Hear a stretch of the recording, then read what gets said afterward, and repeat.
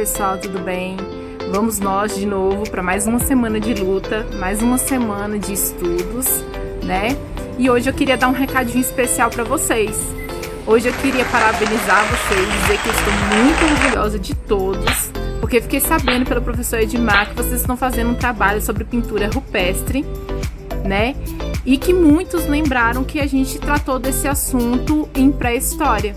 Então eu quero mandar um abraço carinhoso para todos vocês e dizer que eu estou muito orgulhosa que vocês conseguiram relacionar aí esses dois conteúdos.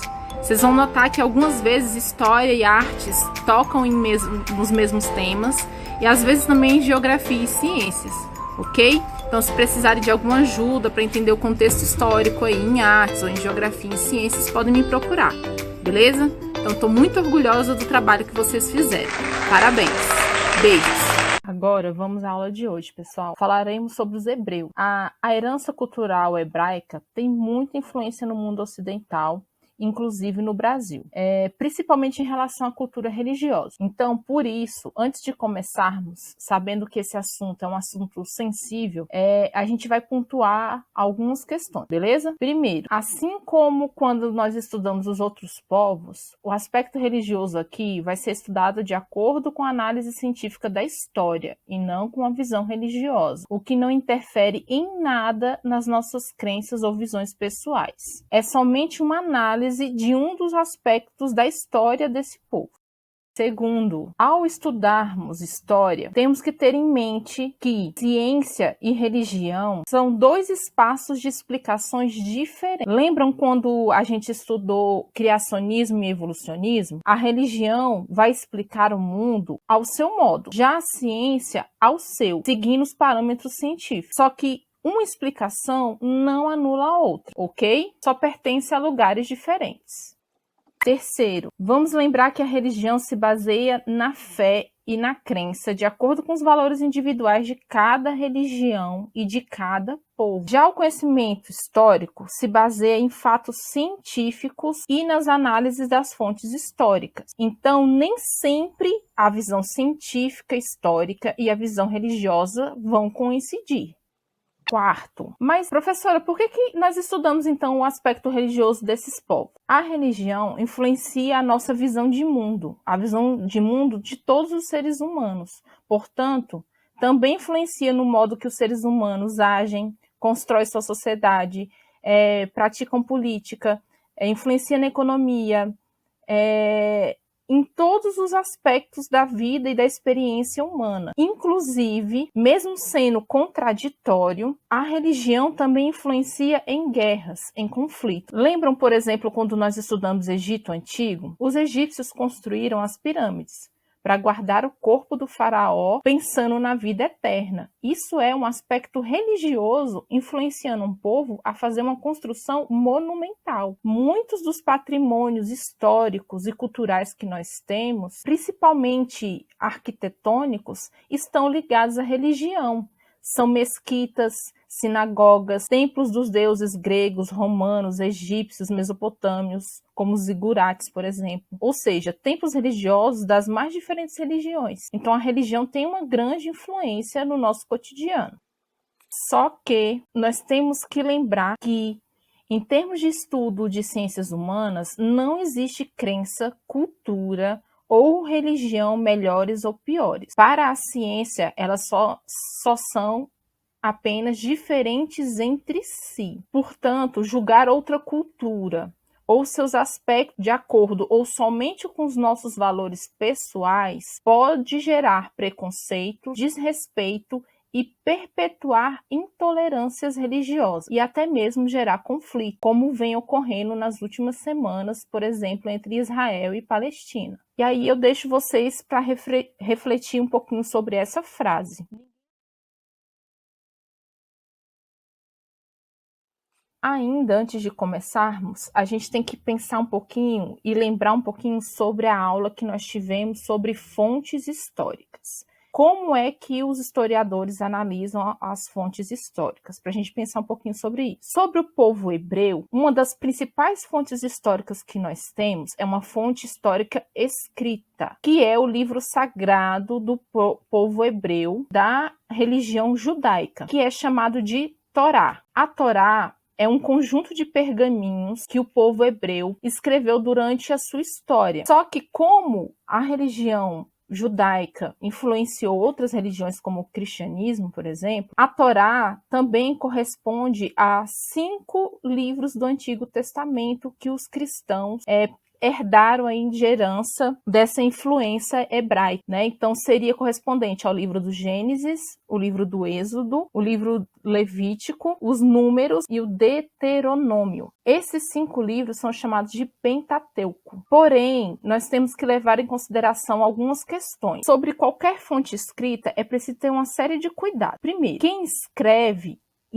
de acordo com a sua visão pessoal dos fatos, que não é uma visão imparcial. Segundo, e aí é especificamente em relação a essa escrita religiosa, no caso aí da Torá. O povo hebreu, por séculos, não tinha nenhum registro escrito da sua história ou da sua religião, porque eles não tinham uma escrita hebraica ainda. Como eles faziam para registrar a sua história? Registrada por meio de fontes orais. Como assim, professor? Eles literalmente decoravam essas histórias e contavam para as próximas gerações. Só que aí entra uma questão. A Torá foi escrita muitos séculos depois dos fatos relatados, com distâncias até de 1000 anos depois do ocorrido, o que pode causar algumas lacunas nessa história, distorções ou versões diferentes entre o que ocorreu e o que foi relatado. É como um telefone sem fio. Eu posso chegar para o primeiro aqui do nosso ciclo no telefone sem fio e falar uma frase para ele. Conforme for passando de ouvido em ouvido, quem já brincou de telefone sem fio sabe disso, geralmente no último a frase chega totalmente diferente do que a frase que foi falada por primeiro, porque um não entende direito, o outro acha que entendeu uma coisa e aí fala outra e assim por diante, tá? Então ocorre um pouquinho essa distorção. Como é que os historiadores fazem para verificar, então, essas fontes escritas? Eles se apoiam também em fontes não escritas. Eles podem pegar artefatos arqueológicos, como ruínas de construções, para fazer uma datação, para ver se a data do que foi relatado bate com a data do ocorrido. Outros objetos que foram produzidos por esse povo ajudam a apoiar e entender como esse povo vivia e para verificar se aquilo que foi relatado faz sentido. Agora vamos voltar ao nosso assunto principal de fato. Bem, os hebreus têm uma série de nomes diferentes que foram atribuídos a eles, ok? Por exemplo, como semitas, judeus e israelitas. O nome hebreu é uma das primeiras formas como esse povo foi chamado. É uma referência a Eber, personagem da tradição religiosa judaica que teria preservado a língua desse povo que levou o seu nome, que é a língua hebraica, tá? Ou hebraico. Por isso, são chamados também de hebreus. Semitas. Tem vários povos que são chamados de semitas, porque acredita-se que esses povos são descendentes de um outro personagem da tradição religiosa judaica chamado Sem. Israelita é uma referência a outro personagem da tradição religiosa judaica, que é Jacó, que também foi chamado de Israel. Israelitas, ou seja, o povo de Israel, o povo de Jacó. Judeus é uma referência a uma das 12 tribos hebraicas, que é a tribo de Judá. Só que, e elas são diferentes desse outro nome aqui, que é israelense. Israelense é uma referência à nacionalidade de quem nasceu em Israel, que é o país atual. Vale lembrar que nem todos que nascem no atual país de Israel têm a mesma religião, que nem todos são judeus. Lá vivem pessoas de várias religiões, etnias diferentes. Lá vivem árabes, muçulmanos, cristãos, palestinos, entre outros povos. O que nos leva ao próximo assunto. a origem do povo hebreu. Os hebreus se desenvolveram na região que hoje corresponde aos territórios do atual país Israel, mas também do território palestino da faixa de Gaza e do território palestino da Cisjordânia, por volta do ano 2000 a.C. Essa região também hoje em dia, como um todo, essa faixa entre o Egito e a atual Turquia é conhecida como Palestina. E esse povo se desenvolveu especificamente em torno do Vale do Rio Jordão. No entanto, a versão religiosa da Torá remonta a origem desse povo à cidade de Ur, lá na Mesopotâmia. Os hebreus teriam migrado para a região da Palestina, que eles chamaram de Canaã, que em sua visão religiosa foi considerada a terra prometida por Javé a Abraão e seus descendentes. Mas como os hebreus viviam nesse período? Os hebreus eram seminômades, fixavam-se temporariamente em um local, depois eles partiam em busca de pastagem para o seu rebanho. Eles praticavam agricultura também, plantavam trigo, cevada, pepino, uvas, figos e também eram pastores de ovelhas e de cabras. Eles viviam em uma sociedade patriarcal, onde os homens é que exerciam o papel de liderança da família e de toda a sociedade. As mulheres não tinham voz política e nem social nessa sociedade. Sobre o aspecto religioso. A religião dos hebreus é chamada de judaísmo. Os hebreus eram monoteístas, ou seja, acreditavam em um só Deus, chamado Javé. Seu livro sagrado, como nós já falamos, é a Torá, que também foi adotado pelos cristãos, correspondendo a 5 livros do Antigo Testamento bíblico. O nome do seu templo religioso é a sinagoga. Aqui vocês estão vendo uma sinagoga que fica lá na cidade de Jerusalém, em Israel.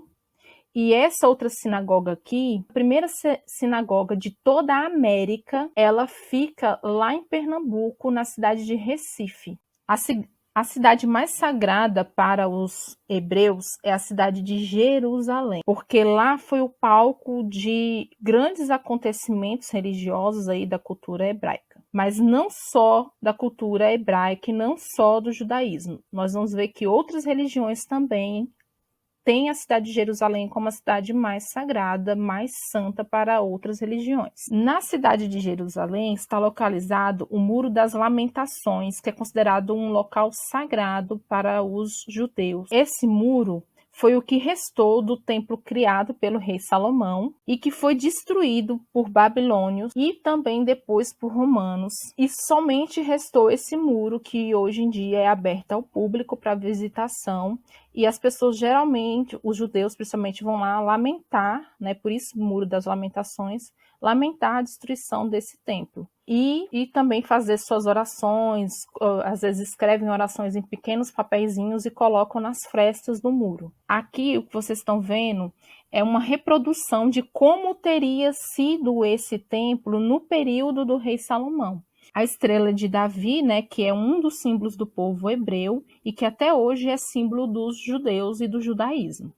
Agora a gente vai falar um pouquinho sobre a influência cultural e religiosa aí do povo hebreu. A cultura e a religião hebraica influenciaram 2 outras religiões monoteístas, que é o cristianismo e o islamismo também. Essas 3 religiões acreditam no mesmo Deus que teria se comunicado com Abraão. O cristianismo, por exemplo, tem suas origens dentro do próprio judaísmo. Por quê?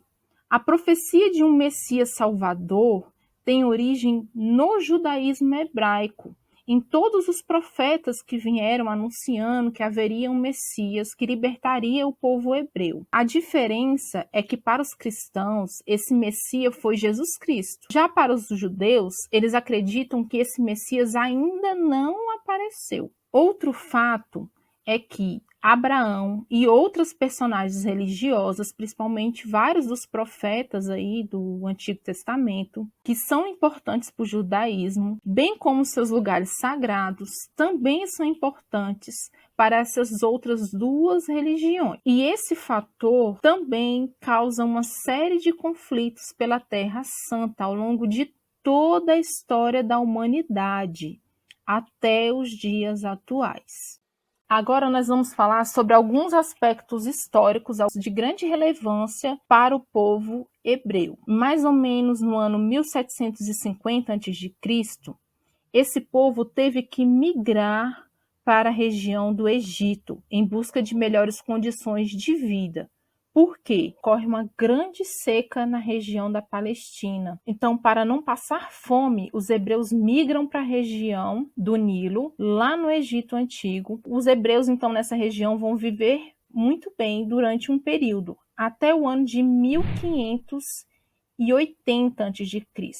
Quando os hicsos foram expulsos dessa região, os hebreus passam a ser perseguidos e escravizados. Por volta de 1250 a.C., ocorre o Êxodo. Êxodo significa literalmente fuga. O que foi isso? Os hebreus estavam escravizados, não estavam? Eles vão fugir do Egito e vão voltar para a Palestina. E de acordo com a sua tradição religiosa, eles foram liderados por Moisés. Talvez vocês tenham visto isso em filmes, séries, ou até mesmo nos templos religiosos de vocês, a história de Moisés abrindo o Mar Vermelho. Já estabelecidos nessa região por muitos séculos depois, já no ano de 581 a.C., os hebreus foram conquistados por Nabucodonosor, rei da Babilônia, lá da região da Mesopotâmia, que levou os hebreus como prisioneiros para a Babilônia.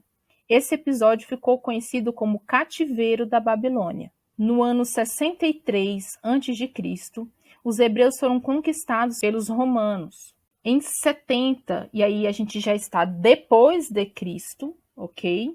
Acontece a diáspora. Os romanos expulsam todos os judeus dessa região da Palestina, que se espalham pelo norte da África e da Europa, tornando-se um povo sem território próprio, mantendo apenas a sua identidade cultural e religiosa como fator que os une. Então, os romanos vão expulsar os judeus aí, os hebreus dessa região da Palestina, e eles vão começar a montar comunidades judaicas em outras regiões. E vão ficar por muitos séculos sem ter um país ou um território próprio deles, ok? Então vamos para as nossas dicas de história. Aqui mais uma vez, história e pipoca, ou seja, um vídeo ou um filme para você assistir que está relacionado aos nossos conteúdos que podem te ajudar a entender melhor. Então essa é a dica, essa primeira dica que eu dou aqui é importantíssima. E eu vou pedir para vocês assistirem esse vídeo que está aqui abaixo, que é o vídeo de quem é a cidade de Jerusalém, que vai falar um pouquinho sobre a história da cidade de Jerusalém e o fato dela ser importante para várias outras religiões e como se desenrola essa questão aí, até gerando questões políticas também, tá? Então é um vídeo muito interessante do canal Nerdologia, que eu sugiro que vocês sigam aí no YouTube também. O canal é muito bom. E aí eu vou deixar o vídeo disponível abaixo para que vocês possam assistir, porque esse vídeo vai ajudar a gente a entender o nosso próximo conteúdo, que é o conteúdo da semana que vem, ok? Além disso, esse filme aqui eu já tinha dado dica dele para vocês assistirem. E aí eu peço que quem não assistiu, assista. Porque agora, com a explicação que eu dei do conteúdo, vocês vão ter uma visão melhor para entender o filme. Quem já tiver assistido, assista novamente, porque talvez você vai entender algumas coisas que você não tinha entendido no filme antes, que é o filme Príncipe do Egito. Ele tem na Netflix, então quem tiver acesso, quem puder assistir, gente. Eu sei que nem sempre a gente está com acesso à Netflix, nem sempre está com acesso à internet. Mas quem puder, eu indico, porque vai ajudar vocês aí. Além de tudo, o filme, essa animação é muito bem feita, muito bem produzida. Então, pessoal, outra dica para vocês é o filme que vai ser o novo filme da Marvel, que vai ser lançado, que é o filme Eternos, que é baseado nas histórias em quadrinhos da Marvel aí de super-heróis. E o que chama atenção nesse filme é que ele vai também se ambientar um pouco aí lá na Mesopotâmia. Aqui, por exemplo, em uma das imagens do trailer, né, do teaser trailer do filme, vocês vão ver os portões da cidade da Babilônia. Então é interessante a gente depois, futuramente, né, quando o filme for lançado, ou quando tivermos acesso, a gente dá uma olhada nesse filme aí. Mas por enquanto eu indico para vocês assistirem aí, buscarem no YouTube o teaser trailer do filme Eternos, tá? Que é bem interessante essa perspectiva de trazer um pouquinho aí da história da Mesopotâmia para dar uma ambientada no filme. Então, pessoal, por hoje é só. Na próxima aula nós vamos falar sobre os conflitos entre o Estado de Israel e os palestinos. Como vocês estão vendo aí nessas semanas, né, nas semanas anteriores, houve uma série de bombardeios aí trocados entre grupos radicais da Palestina contra o Estado de Israel e a retaliação também do Estado de Israel. Então a gente vai tentar entender um pouquinho aí essa história e principalmente entender quem é que é mais prejudicado nesses conflitos aí, que envolve uma série de questões, questões de preconceitos culturais, preconceitos religiosos, conflitos religiosos, mas também conflitos econômicos e políticos, que envolvem não só o Estado de Israel e não só os palestinos, como uma série de outros países, incluindo Estados Unidos e Europa, ok? Então, na próxima aula é isso que nós vamos trabalhar. Por isso que é importante que vocês assistam o vídeo que eu também vou deixar aqui sobre a cidade de Jerusalém, beleza? Então, até a próxima aula. Beijos a todos e vamos, que nós já estamos mais da metade do segundo bimestre. Não acumulem atividades, galera. Lembrem-se disso, porque daqui a algumas semanas a gente começa a fechar notas. Então, um beijo a todos. Qualquer dúvida, nos procurem.